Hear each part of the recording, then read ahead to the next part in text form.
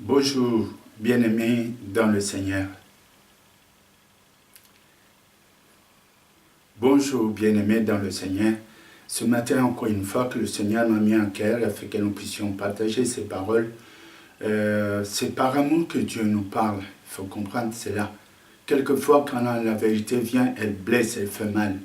Mais autant être blessé par la vérité parce que la vérité sauve. Dans le livre de Proverbes, il est écrit quelque part: je préfère encore un ami pauvre qui me dit tout dans la vérité plutôt qu'avoir un ami riche qui te ment tout le temps. Parce qu'à quoi ça sert-il? Dieu donc est amour et par l'amour, il nous dit la vérité. C'est ce que d'ailleurs Jésus a dit dans le livre de Jean 8:32, vous connaîtrez la vérité. Mais toute vérité n'est pas bien reçue, surtout quand on se trouve dans l'erreur, que la vérité vient nous éclaircir qu'on était dans l'erreur, et quand l'erreur était déjà devenue notre vie, on a du mal à accepter ça, on rejette et tout ça. La parole de Dieu dit, la parole de Dieu est venue comme lumière, elle est venue vers la ténèbre pour éclairer, et beaucoup qui étaient de ténèbres n'ont pas accepté cette parole. Pourquoi? Parce qu'elle accusait, elle démontrait justement ce qu'ils faisaient n'était pas bon. Alors, ils ont rejeté cette parole. Mais, sans le savoir, ils sont demeurés donc dans le ténèbre, dans le mensonge, et nous savons que le mensonge ne bâtit rien. Tôt ou tard, vous allez vous rendre compte que le fondement n'a pas été correct, et tout va finir par s'écrouler. Je vais faire une courte prière. Seigneur, je te bénis, je loue ton nom. Je demande à ce que, Seigneur, à ce moment, ce matin ici, tu puisses nous venir en aide, que cette parole trouve son sens dans la vie de chacun, chez les serviteurs, chez des pasteurs comme des fidèles ou des nouveaux venus.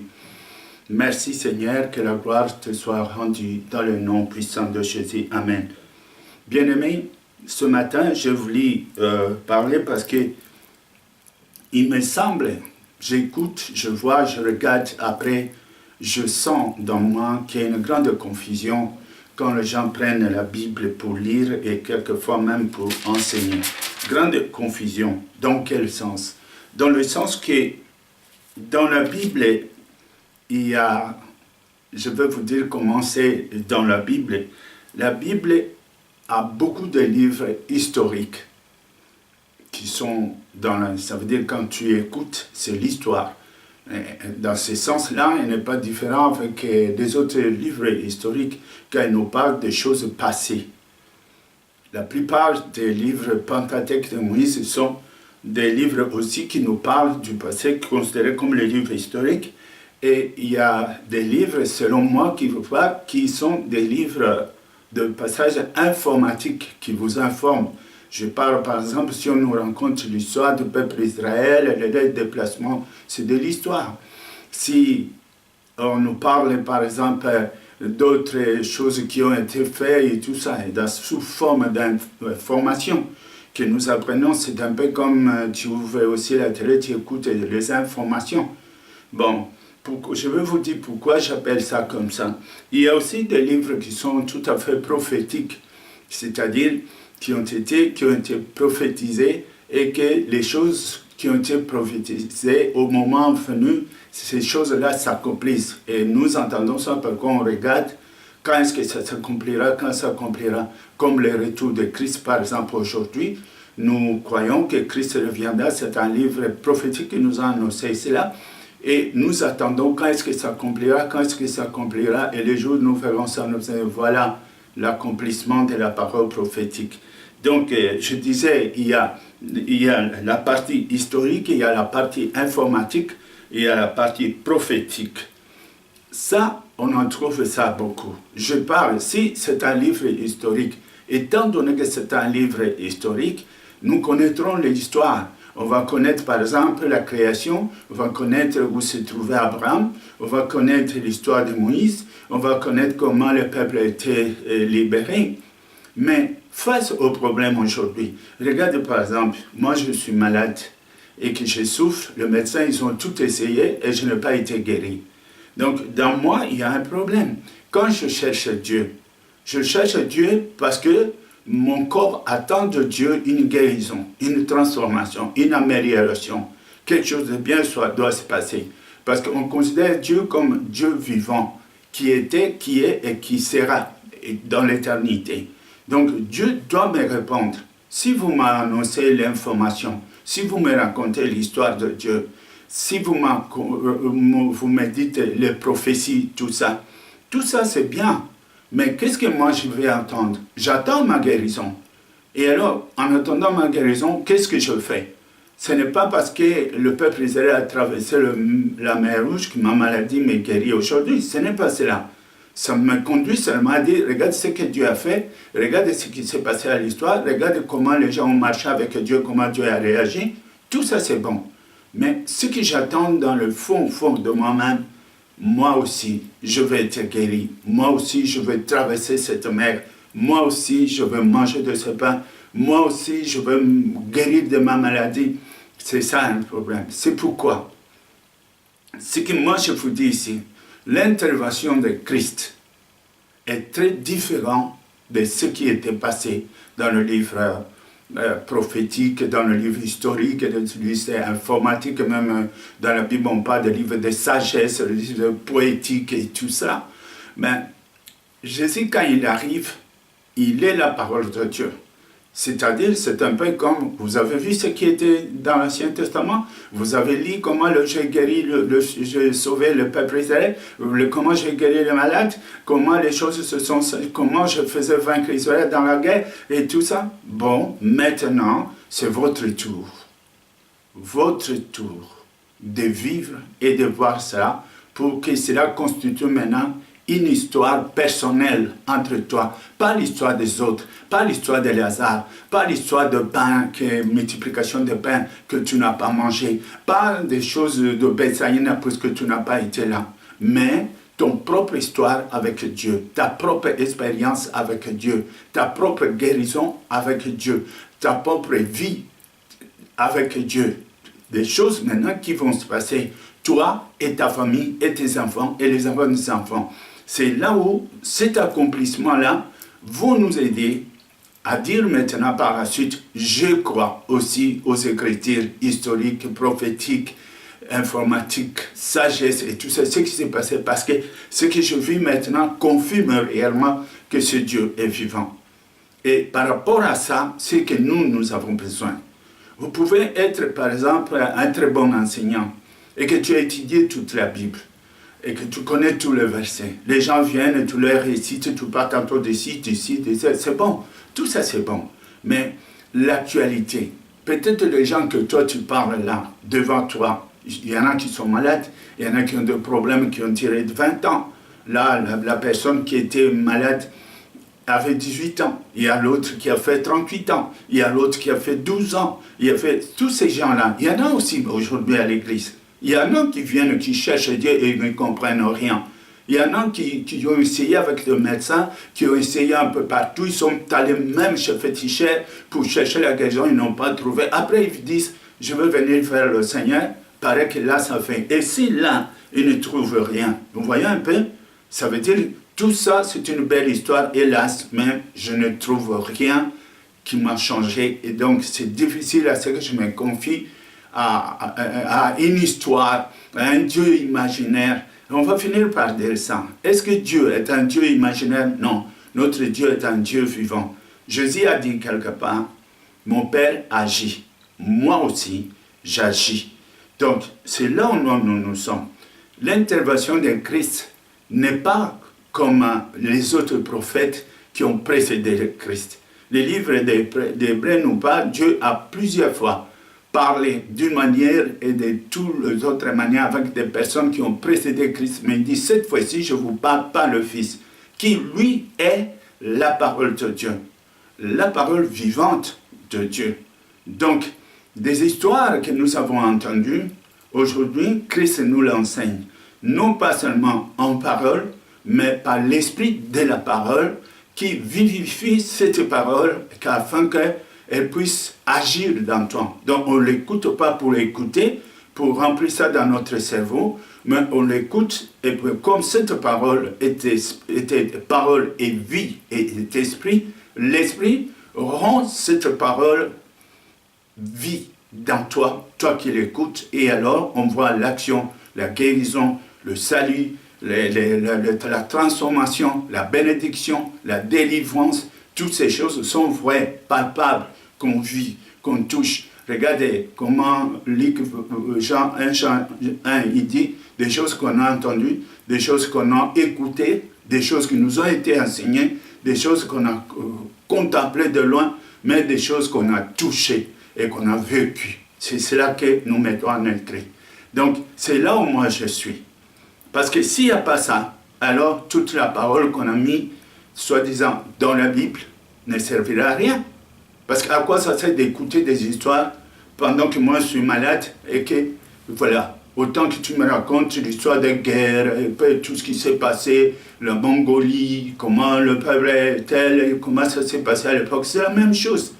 Est-ce que ça va me sauver? Est-ce que ça peut intervenir dans ma situation? Est-ce que ça peut me donner la vie? Alors, si ça ne peut pas me donner la vie, laisse-moi tranquille, laisse-moi souffrir, laisse-moi accepter mon sort parce qu'il n'y a pas de salut. Mais si cette parole est une parole de vie, elle porte la guérison, la transformation, l'espoir peut naître, l'espérance va être là, la vie va être là. Maintenant, la conception sur Dieu serait différente parce que ce ne serait plus un Dieu d'histoire, mais c'est un Dieu vivant. Et Dieu nous invite tous à avoir une expérience avec lui. Tous ceux qui mettent en doute ou rejettent Dieu ne verront pas ça, parce que Dieu n'est pas une formule, il vit. Il peut t'accepter, il peut te refuser, tout comme toi, tu peux l'accepter, tu peux le refuser. Mais si tu rejettes Dieu, pourquoi est-ce que lui va s'accrocher à toi? Et tu l'as jeté, bon d'accord, c'est ton problème. Nous sommes libres, nous avons un choix. Dieu répond à ceux qui le cherchent. C'est pourquoi parmi nous, il y a la présélection. Ce que Dieu a déjà choisi, alors que nous n'étions pas encore nés. Notre histoire commence donc avant même notre naissance. C'est là où l'histoire des croyants commence. Dans la naissance, ce n'est que l'accomplissement de ce qui a été, parce que la Bible dit dans Romains 8, 29, ce qu'il a connu d'avance, il les a prédestinés à être semblables au Fils. Il les a glorifiés, il les a sanctifiés. Donc notre histoire commence bien à l'au-delà. Bien-aimés, faisons attention, parce qu'il y a beaucoup d'étrangers parmi nous. Quand je dis étrangers, étrangères dans la vie de Dieu, ils ne sont ni part ni l'autre dans la fête de Dieu, et qui sont avec nous, et qui ont un langage négatif. Ils ne voient que le malheur, ils ne pointent que des doigts, et ils savent quelque chose.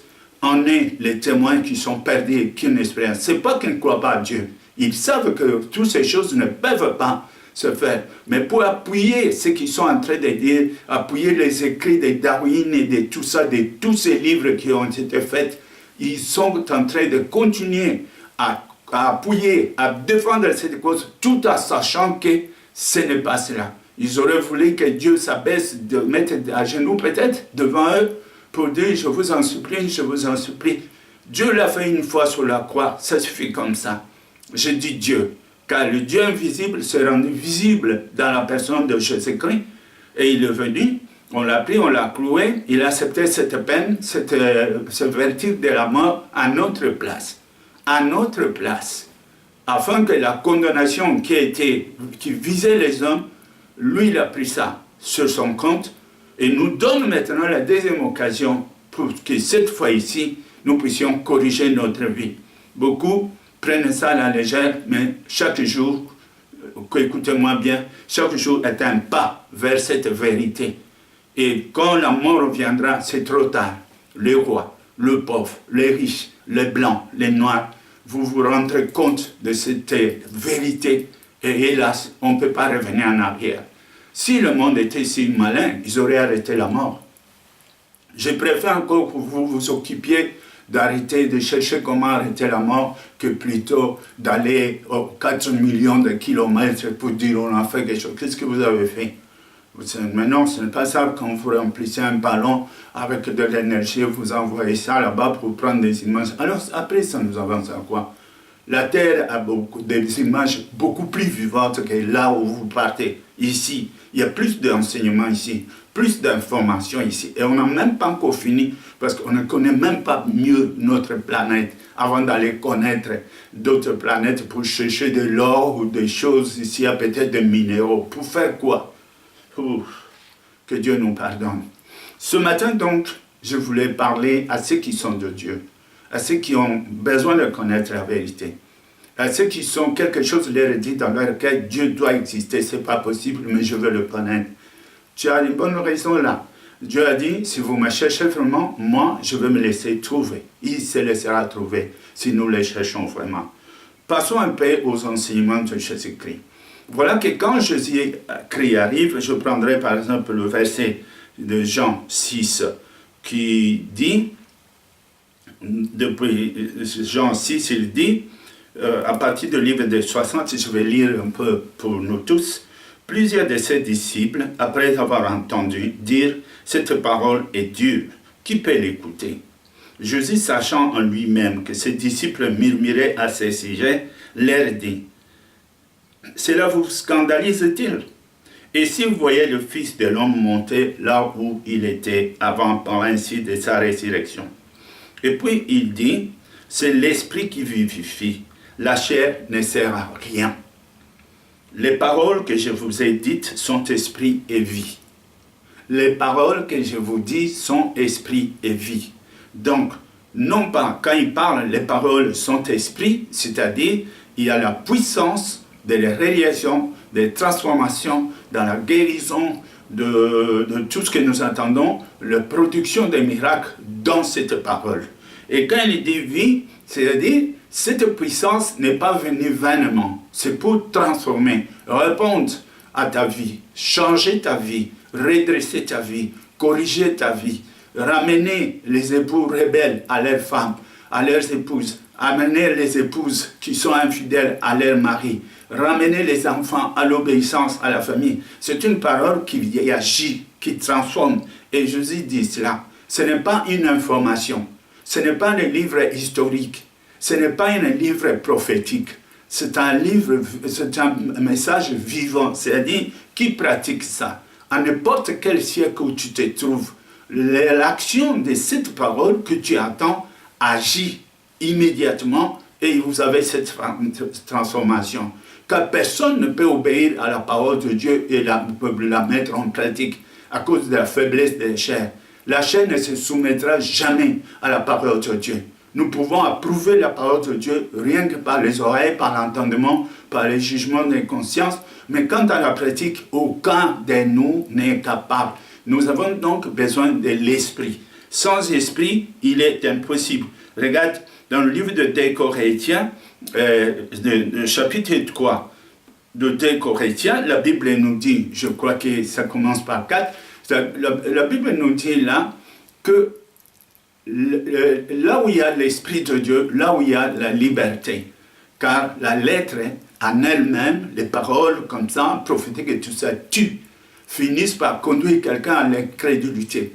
Mais quand la parole de Christ vient et qu'on l'accepte, on sent une différence. Ce n'est pas seulement une parole. On l'écoute comme toutes les autres paroles, mais cette parole descend, entre dans nos veines, transforme la vie. C'est pourquoi Jésus a dit, il faut manger cette parole. Manger ce pain qui s'est dit, je suis le pain, parce qu'en mangeant le pain entre nos veines, et va maintenant produire des calories dans notre vie, et nous vivons par ce pain. En est-il de la parole de Dieu? Elle est vivante, elle est puissante, elle agit. Donc, on ne peut pas échapper à cela, quand maintenant, on a cette parole, quand on voit les réactions, et tout ce que la parole va faire, c'est alors que notre foi se solidifie. Parce que chacun peut dire, ah oui, mais j'avais un problème, à partir du moment où j'ai crié à Dieu, regardez ce qui est arrivé. J'étais perdu dans la ville, je ne me trouvais plus, je ne savais plus comment faire, et j'ai crié, Jésus, aide-moi, et dans la minute qui a suivi, une personne m'a secouru. J'étais malade quelque part, le médecin ne pouvait rien, j'ai crié, Jésus, aide-moi. Et voici tout de suite, le médecin ont trouvé les solutions dans ma maladie, ils m'ont soigné. Ou j'étais automatiquement guéri. Et ce sont des preuves. C'est pourquoi la parole de Christ est très différente des autres. Nous ne pouvons pas les mettre ensemble. Il y a une différence. Moïse a apporté la loi pour nous dire ce qui est bien et ce qui est mal. Mais Jésus a apporté l'accomplissement, l'obéissance à cette loi. Le comment faire pour obéir à la loi. Le comment faire pour entrer dans la bénédiction. Le comment faire pour entrer dans l'héritage de Dieu. C'est ça qui fait la différence. Si tous les livres d'Ancien Testament parlent de l'histoire, Jésus maintenant parle de l'accomplissement en toi, dans ta vie, dans ce que tu as entendu. Maintenant c'est ton tour. Maintenant c'est autour de ta famille. Maintenant c'est autour de toi, ton nom personnel, pour que tu comprennes que l'évangile n'a pas été annoncé en vain. Donc c'est ça qui est le problème. Si par exemple tu attends la parole de Dieu, tu lis toutes ces choses et que tu ne vois pas ça dans ta vie, je vais être sincère avec toi. Donne-moi une seule raison de croire. Vous croyez comment? Croire, c'est accepter que ça, ce n'est pas un mensonge et que tu fais confiance. Parce qu'en croyant, tu t'appuies sur ça. Et tu vas t'appuyer comme ça. Et même s'il n'y a rien, tu vas t'appuyer. Non, tu n'iras pas loin. Un jour, il viendra un moment où il y aura persécution, des moments difficiles, un deuil dans la famille, tu perds ton père et tu te dis, mais comment c'est possible? Où est ce Dieu-là? Moi, je ne comprends plus. Voilà où tu vas trouver. Mais nous avons besoin de l'Esprit. D'autre part, la Bible nous dit, Jésus même, quand il est venu avec les apôtres avaient la parole, ils avaient des enseignements pharisianiques, théologiques, et toutes ces choses, philosophie et tout, mais pour comprendre la parole de Dieu, pour que cette parole de Jésus devienne vivante dans votre vie, vous avez besoin de quelque chose. Regardez, dans le livre de Actes des Apôtres, 26, et quand Jésus va apparaître à Paul, il va lui dire quoi? Il lui dit, je t'ai choisi, c'est 26 et 17, je t'ai choisi du milieu de ce peuple et du milieu de païens vers qui je t'envoie. Écoute bien, afin que tu leur ouvres les yeux pour qu'ils passent des ténèbres à la lumière, ça veut dire de mensonge à la vérité, et puis de la puissance de Satan à Dieu, pour qu'ils reçoivent par la foi en moi le pardon du péché et l'héritage avec les sanctifiés. Donc c'est la mission que Paul allait. Va, je t'ai choisi, je t'envoie vers ce peuple païen pour que tu leur ouvres les yeux, qui passent de ténèbres à la lumière, de mensonges qui viennent vers la vérité, que tu leur ouvres les yeux, qui quittent maintenant sous la domination de Satan, des sorciers, de la malédiction, et que tu les mettes sous la domination de Dieu, qui les aime, qui les a créés. Dieu a de bonnes raisons de nous aimer, nous sommes ses créatures. Satan a ses raisons de nous haïr parce qu'il ne nous a pas créés, mais nous sommes privilégiés de Dieu, jaloux de nous, ben il nous attaque parce qu'il veut entraîner plusieurs avec lui dans ce qu'il attend les derniers jours dans l'enfer. Voilà les choses. Bon, Paul a reçu ce message. Jésus-Christ lui-même dans Luc 24, si nous regardons Luc 24 et le verset 30, qu'est-ce qu'il dit? Jésus était avec les disciples Emmaüs, ils ne comprenaient pas la venue de Christ et sa mort précipitée. Il dit, mais comment c'est possible? Nous croyons qu'il va nous libérer et voilà qu'on l'a tué. Mais Jésus l'a ouvert les yeux pour qu'il voie la gloire de Christ. Donc il faut ouvrir les yeux pour comprendre tout ça. Et dans le verset 45, il dit même, 24, si tu descends un peu plus loin, tu verras ce qui est écrit. Et Jésus leur ouvrit l'esprit pour qu'ils comprennent les Écritures. Vous voyez là, les Écritures ont besoin d'être dévoilées, ôter le voile pour être expliquées.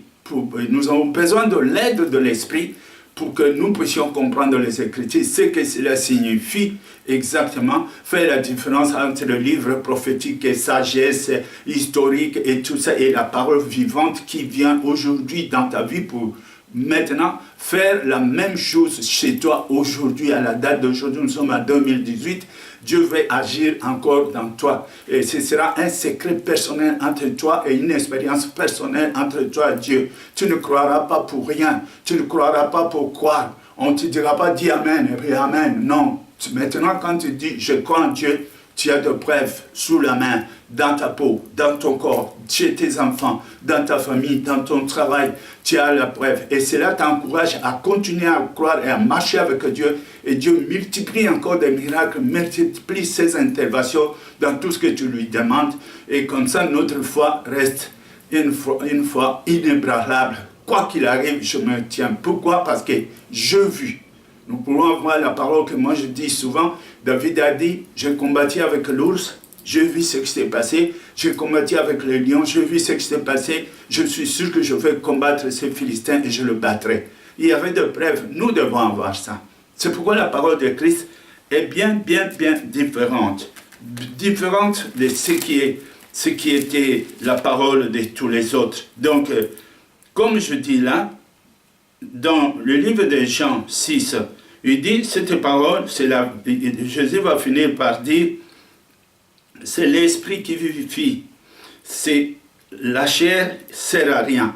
Mais les paroles que je vous ai dites sont donc esprit et dit. Celui qui apporte à la vie, c'est l'esprit. L'esprit de la parole. Rien que parole, sans esprit, elle devient informatique, historique, et tout ce que tu veux dire là. Mais quand cette parole est esprit en même temps, c'est-à-dire il y a une vie dans la parole, on l'attend, celui qui l'attend, qui l'accepte, reçoit la vie par le Saint-Esprit de ce que tu as entendu et c'est à quoi tu as cru. C'est ça qui nous fortifie. C'est pourquoi la Bible continue même à dire, mais il en est parmi vous quelques-uns qui ne croient point. Beaucoup qui ne croient point. Et là, quand on ne croit pas, c'est-à-dire qu'on ne fait pas confiance à cette parole, c'est la même chose que tu rejettes cette parole pour dire que je pense que c'est un mensonge, tu es rejeté par cette même parole. Tu sais, on ne mettra pas Dieu à genoux. Ça, mets-toi bien à la tête. Tu es né hier, tu as vu ton grand-père mourir il n'y a pas longtemps. Nous aussi, à notre tour viendra. On ne mettra pas l'éternité, celui qui tient l'éternité à genoux. Il faut être malade pour avoir, excusez-moi, pour imaginer de telles choses. Si Dieu est tel qu'il est dit et que tu t'imagines que tu vas le mettre à genoux, jamais. Donc, avant longtemps, tu vas voir toi-même, car la mort n'est pas la mort. La mort, c'est changement de lieu.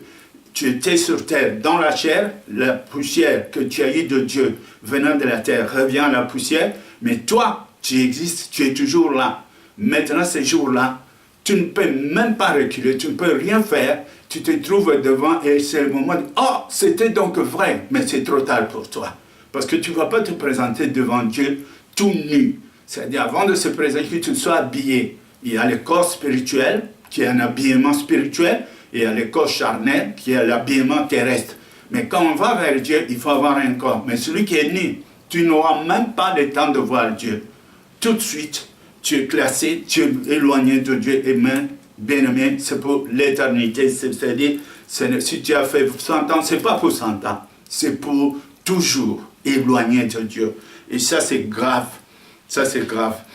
Et puis, Jésus va dire, dans le verset 67, Jésus donc au 12, « Et vous ne voulez pas aussi vous en aller. » Pourquoi? Parce que quand il a parlé de ça, les disciples, ils ont dit, « Ah, cette parole est dure. » Beaucoup de gens sont partis. Mais qu'auraient fait aujourd'hui les pasteurs et les gens d'aujourd'hui quand les gens partent? Va leur dire de revenir. Je veux encore produire du pain, je veux faire des miracles. Va leur dire qu'ils reviennent. Parce qu'ici, on cherche souvent la foule.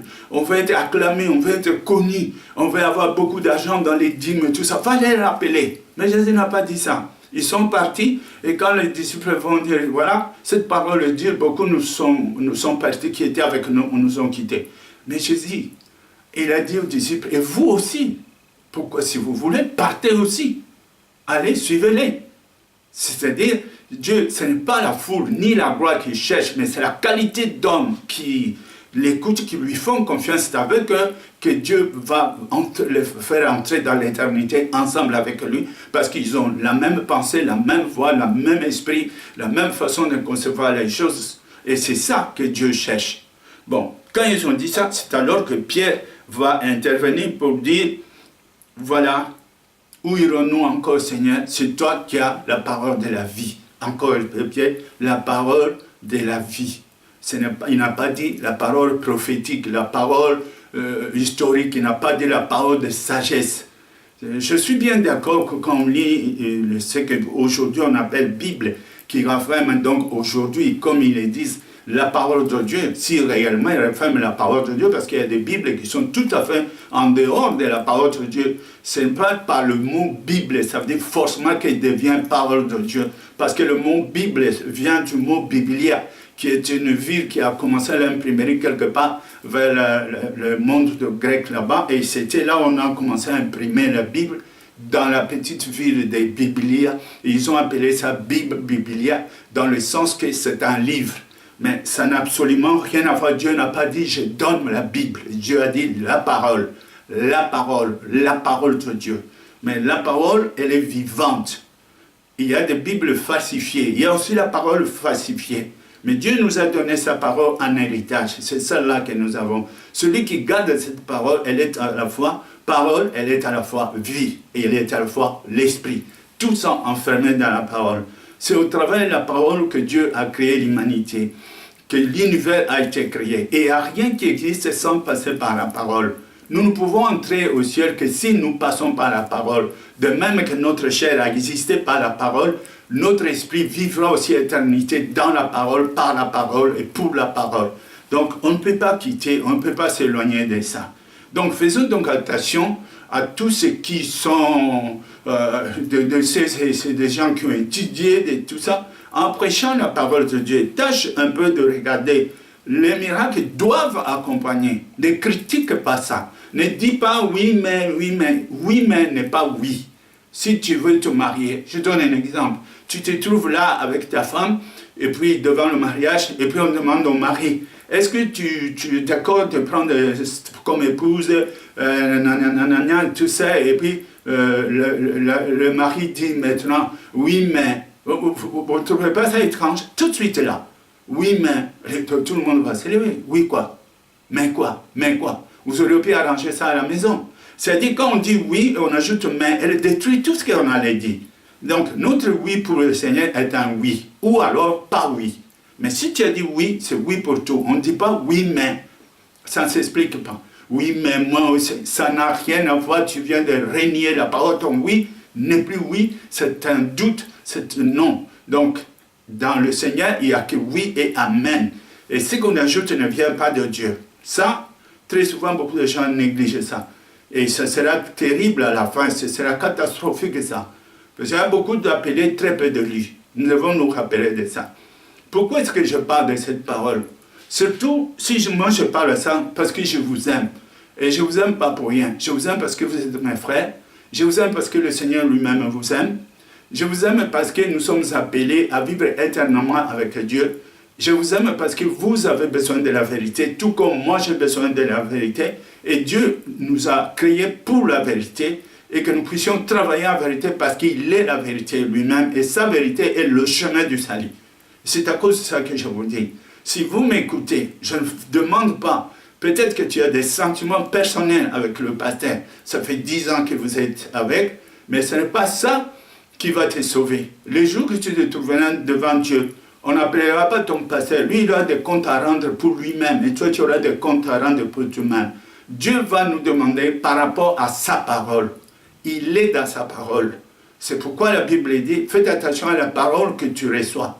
Ou tu la jettes, tu seras rejeté. Ou tu l'acceptes et tu seras accepté. Les autres, le mari, les femmes, et toutes ces choses qui sont autour de toi, aucun ne viendra intercéder ni faire quoi que ce soit. C'est Christ seul qui est intervenu dans notre cas. Ou tu es avec lui, ou tu n'es pas avec lui. Cette parole, tu peux être de n'importe quelle confession de foi.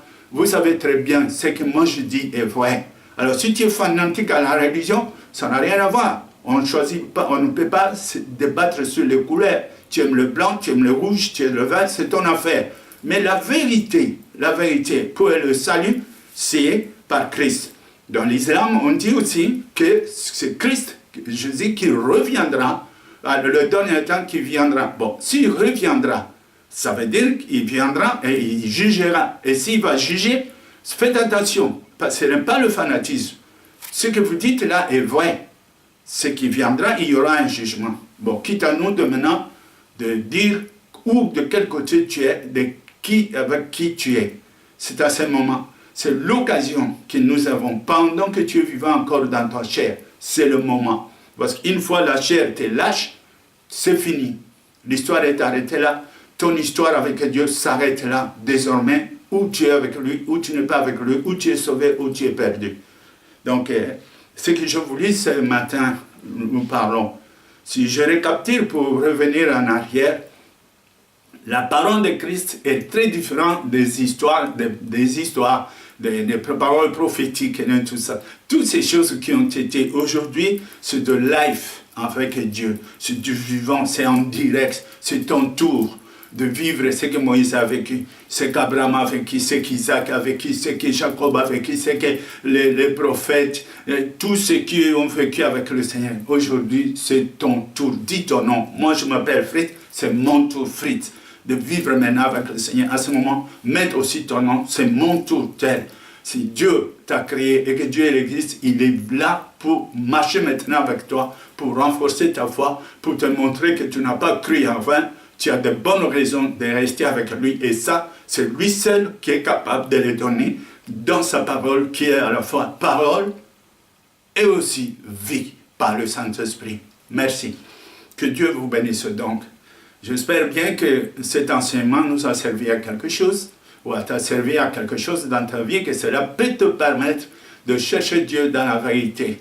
Oui, si vous me chercherez, et vous me trouverez si vous me cherchez de tous vos cœurs, de toute votre âme. Cherchons donc la vérité jusqu'à ce que nous trouvions cette vérité-là. Je vais faire une courte prière pour nous tous. Père de gloire, je rends grâce à ce moment par cette parole que nous venons de partager. Je prie maintenant pour tous ceux qui ont écouté.